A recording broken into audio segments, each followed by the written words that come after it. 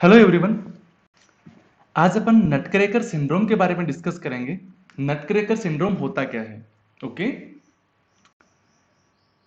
Okay Nutcracker syndrome एक तरह से रेयर वेन कंप्रेशन डिसऑर्डर है। रेयर टाइप का यानी बहुत ही कम एंड वेन कंप्रेशन डिसऑर्डर है। ओके, क्या है ये? वेन कंप्रेशन डिसऑर्डर है, यानी वेन को कंप्रेस होने के कारण होने वाली कोई डिजीज कंडीशन है, ऐसा कोई डिसऑर्डर है जिसके अंदर क्या होता है, जो एब्डोमिनल आउटा है, जो कि एब्डोमेन के सेंटर से होकर गुजरती है, एब्डोमिनल आउटा है उसके, और जो सुपीरियर मेसेंट्रिक आर्टरी है, ये दोनों के कारण से जो लेफ्ट रीनल वेन होती है वो कंप्रेस हो जाती है। अब इसको अपन यहाँ पे पैथोफिजियोलॉजी समझेंगे। देखिए यहाँ पे ये एब्डोमिनल आउटा है जो कि हार्ट से ब्लड को लोअर पार्ट के अंदर लेके जाती है, तो ये एब्डोमिनल आउटा हो गया। इसके साथ यहाँ पे स्मॉल सुपीरियर मेसेंट्रिक आर्टरी होती है। क्या होती है? सुपीरियर मेसेंट्रिक आर्टरी होती है, जो कि किस किस को ब्लड सप्लाई करती है? सुपीरियर मेसेंट्रिक आर्टरी की बात करें तो ये पेनक्रियाज को ब्लड सप्लाई करती है। इसके साथ ही साथ part of small intestine and large intestine, small intestine और लार्ज इंटेस्टाइन को भी ब्लड सप्लाई करती है और पेनक्रियाज को भी सप्लाई करती है। और ये जो आर्टरी है इसका नाम क्या है? Superior mesenteric artery.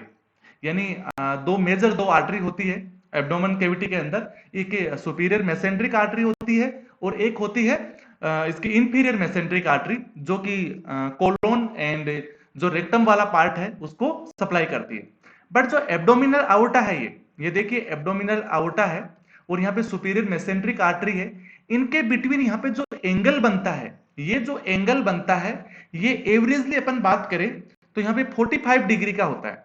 45 डिग्री का होता है और जो कि 25 से लेके यानी 25 से लेके 60 डिग्री तक वेरी करता है, जो कि अलग अलग पर्सन के अंदर अकॉर्डिंग टू उसके वेट के अकॉर्डिंग 25 से लेके 60 डिग्री तक इस एंगल को वेरी करता है।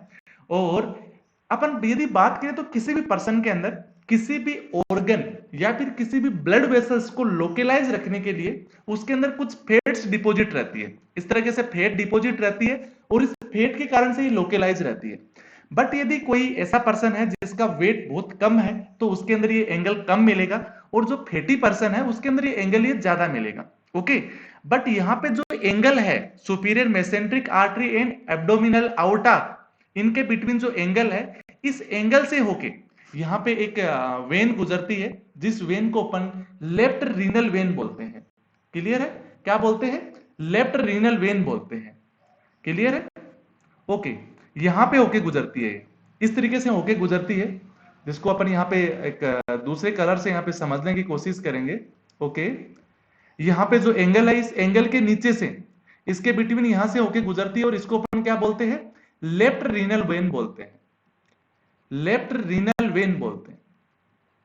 इतना आपको इसकी एनाटॉमी आपको समझ में आई तो आगे की जो प्रॉब्लम है वो भी आपको यहां पे समझ में आई जाएगी। इसको एक डायग्राम के थ्रू अपन समझने की कोशिश करते हैं। यहां पे एक इसको डायग्राम के थ्रू समझते हैं। क्लियर है? ओके, यहां पे आप समझिएगा। देखिए यहां पे ये जो किडनी है, जो कि राइट किडनी है। क्लियर है? Okay okay, 1 second. ओके, यहां पे आप समझिएगा, ये राइट किडनी है और ये लेफ्ट किडनी है। क्लियर है? जो राइट किडनी को जो ब्लड सप्लाई करती है उसको राइट रीनल आर्टरी बोलते हैं, और जो लेफ्ट किडनी को ब्लड सप्लाई करती है उसको अपन लेफ्ट रीनल आर्टरी बोलते हैं। यहां से एम्प्योर ब्लड को वापस रिटर्न लेके आती है आईबीसी के अंदर यानी इंफीरियर वेना केवा के अंदर, उसको अपन राइट साइड किडनी से लाती है तो उसको राइट रीनल वेन बोलेंगे, और जो लेफ्ट साइड से लाती है उसको लेफ्ट रीनल वेन बोलेंगे।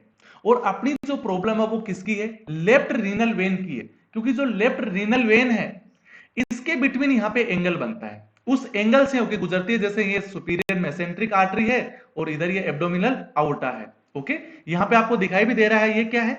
सुपीरियर मेसेंट्रिक आर्टरी है और ये यहां पे एब्डोमिनल आउटा है, और इन दोनों के बिटवीन यहां पे ये लेफ्ट रीनल वेन जा रही है।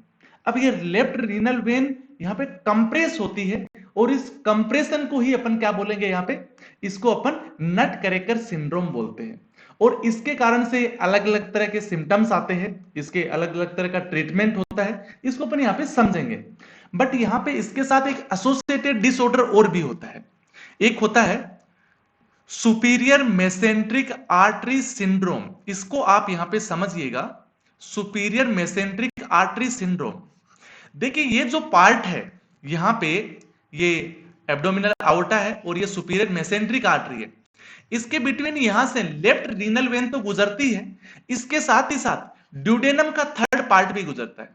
जो ड्यूडेनम है, जो स्मॉल इंटेस्टाइन का पार्ट है, इसका जो थर्ड पार्ट है वो भी यहीं से होके गुजरता है। क्लियर है? तो जो सुपीरियर मेसेंट्रिक आर्टरी सिंड्रोम है, ये नट क्रैकर सिंड्रोम के साथ एसोसिएटेड भी हो सकता है और नट क्रैकर सिंड्रोम यहां पे अकेला भी हो सकता है। क्लियर है? तो नट क्रैकर सिंड्रोम अकेला होगा तो उसके सिम्टम्स अलग तरह के आएंगे, और सुपीरियर मेसेंट्रिक आर्टरी सिंड्रोम के साथ यदि एसोसिएटेड होगा तो वहां पे अलग तरह के सिम्टम्स आएंगे। क्लियर है? यहां पे अपन थोड़ा आगे समझते हैं, इस डायग्राम से थोड़ा और आप इजीली समझ सकते हैं। क्लियर है?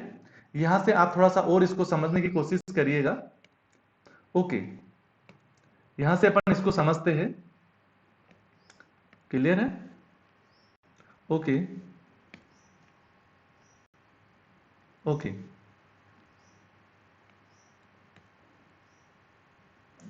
ओके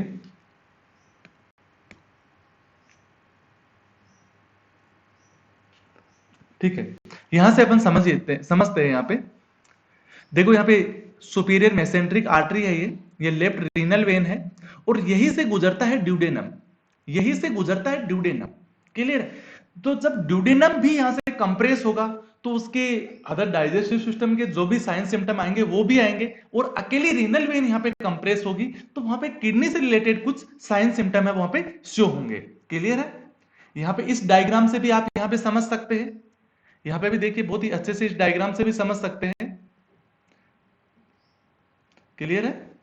ओके, यहां से आप समझ सकते हैं सुपीरियर मेसेंट्रिक आर्टरी है ये, इसके साथ लेफ्ट रीनल वेन है जो कि यहां पे दिखाई दे रही है आपको, लेफ्ट रीनल वेन है जो यहां से गुजर रही है, और ये स्मॉल मेसेंट्रिक आर्टरी है, और यहां पे जो एंगल बन रहा है वो कितने डिग्री का बन रहा है, 45 डिग्री का यहां पे एंगल बन रहा है। क्लियर है? ओके, ये एब्डोमिनल आउटा यहां पे दिखाई दे रही है, लेफ्ट किडनी की ही अपन बात कर रहे हैं, इसके साथ राइट किडनी का कोई कनेक्शन नहीं है। तो इसके साइन सिम्टम की अपन बात करते हैं। ओके ओके, साइन सिम्टम की बात करते हैं तो सबसे पहले तो नट क्रैकर सिंड्रोम की बात करेंगे, नट क्रैकर सिंड्रोम। ओके, और इसके साथ associated superior mesenteric artery syndrome भी हो सकता है, सुपीरियर मेसेंट्रिक आर्टरी सिंड्रोम भी हो सकता है।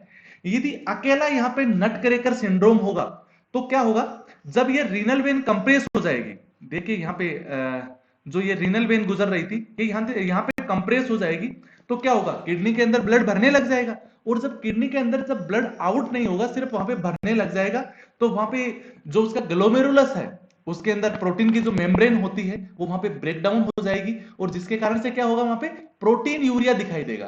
क्या दिखाई देगा? प्रोटीन यूरिया दिखाई देगा। और जब प्रोटीन की जो मेम्ब्रेन है वहां पे वो यदि लॉस हो जाएगी तो जो ब्लड है वो यूरिन के साथ बाहर निकलने लग जाएगा, तो जिसको अपन क्या बोलेंगे, हिमेचूरिया बोलेंगे, हिमेचूरिया बोलेंगे, हिमेचूरिया वहां पे हो सकता है। वहां पे फ्लैंक पेन दिखाई देगा, फ्लैंक पेन दिखाई देगा। वो क्यों दिखाई देगा? क्योंकि रीनल वेन के अंदर जो पार्ट कंप्रेस हुआ है उससे पहले वाला जो पार्ट है जो किडनी के साथ अटैच होता है, उस पार्ट के अंदर ब्लड एक्सेसिव मात्रा में वहां पे कलेक्शन हो जाएगा, जिसके कारण से वो वेन है वो फूल जाएगी, जिसके कारण से वहां पे फ्लैंक पेन है वो वहां पे दिखाई देगा। इसके साथ वहां पे वेरिकोस वेन दिखाई देंगे, वेरिकोस वेन दिखाई देंगे, क्योंकि ब्लड रिटर्न नहीं हो पाएगा, नीचे ब्लड भर जाएगा, बहुत ज्यादा जो वेन्स होती पैरों की उनके अंदर ब्लड कलेक्ट हो जाएगा। वेरिकोसेल भी दिखाई देगा, वहां पे वेरिकोसेल भी दिखाई देगा। इसके साथ ही साथ यदि स्मॉल मेसेंट्रिक आर्टरी सिंड्रोम भी उसके साथ एसोसिएटेड है तो कुछ सिम्टम्स है वो डाइजेस्टिव सिस्टम से रिलेटेड भी होंगे, जैसे vomiting, excessive nausea, vomiting and nausea वहां पे दिखाई देगा। क्यों दिखाई देगा? क्योंकि ड्यूडेनम का जो थर्ड पार्ट है, जो यहां से होके गुजर रहा है, वो भी वहां पे कंप्रेस हो रहा है, और कंप्रेस होगा तो वहां पे क्या होगा, जो कंटेंट है वो लार्ज इंटेस्टाइन में मूव नहीं हो पाएगा, जिससे नोजिया एंड वोमिटिंग वहां पे आपको दिखाई देने लगेगी, और फीलिंग ऑफ फुलनेस दिखाई देगा,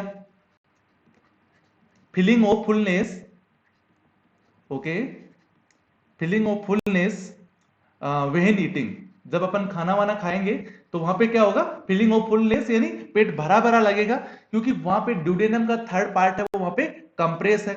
इसके साथ ही साथ बर्पिंग दिखाई देगा, वहां पे बर्पिंग होगा, बार बार उसको वॉमिटिंग जैसा लगेगा, डकारे आएगी, इस तरह की सिचुएशंस वहां पे दिखाई देगी। तो ये होता है nutcracker syndrome and small superior mesenteric artery syndrome, ये इसके साइन एंड सिम्टम हो गए। इसके बाद इसके ट्रीटमेंट की अपन यहां पे बात करने वाले हैं कि इस तरह की कंडीशंस में अपन ट्रीटमेंट के रूप में उस पेशेंट का अपन क्या कर सकते हैं। तो ट्रीटमेंट की दो प्रकार की कंडीशंस देखो यहां पे दिखाई देती है, वैसे तीन प्रकार की होती है, कोई भी डिजीज कंडीशन की सीवियरिटी की अपन बात करें तो जैसे माइल्ड है, मॉडरेट है, एंड नंबर 3 है सीवियर।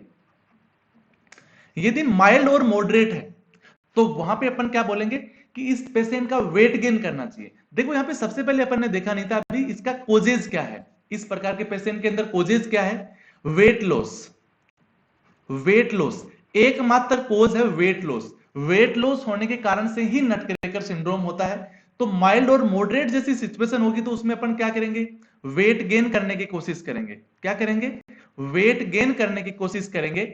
और यदि सीवियर है तो वहां पे क्या करेंगे, सर्जरी करेंगे, सर्जरी करेंगे, इसमें weight gain and symptomatic treatment करेंगे अपन, और क्या करेंगे, सिम्टोमेटिक ट्रीटमेंट अपन उसको दे सकते हैं। और यदि सीवियर वाली कंडीशन है तो वहां पे एकमात्र अपने पास उपाय बचता है, वो क्या है, सर्जरी करनी पड़ेगी उस पेशेंट की। और सर्जरी में क्या करेंगे, अपन ट्रांसपोजिशन करेंगे रीनल वेन की, transposition of renal vein, transposition of renal vein, उस रीनल वेन की जो पोजीशन है उसको चेंज किया जाएगा, उस रीनल वेन की पोजीशन है उसको अपन क्या करेंगे, चेंज कर देंगे, तो वो वहां से ना गुजर के दूसरी जगह से होके गुजरने लग जाएगी, यानी उसकी लोकेशन को अपन चेंज कर देंगे, ट्रांसपोजिशन कर देंगे, ये अपन सर्जरी में करते, जिसके कारण से वहां पे वो कंप्रेस नहीं होगी। और यदि अपन बात करते हैं नट क्रैकर सिंड्रोम की, तो उसमें सर्जरी क्या रहेगी, transposition of renal vein and superior mesenteric artery की अपन बात करेंगे, तो उसके अंदर भी अपन ड्यूडेनम का जो पार्ट है उसकी ट्रांसपोजिशन करेंगे, यानी वहां से कट करके दूसरी जगह से होकर उसको गुजारेंगे, तो जिसके कारण से जो सिम्टम्स है वो वहां पे रिलीव हो जाएंगे, उसका कंप्रेशन है वो ठीक हो जाएगा, जिसके कारण से पेशेंट है वो लंबे टाइम तक सर्वाइव कर सकता है। ओके, तो आशा करता हूं आपको ये समझ में आया होगा। मिलते हैं नेक्स्ट वीडियो के अंदर। Thank you.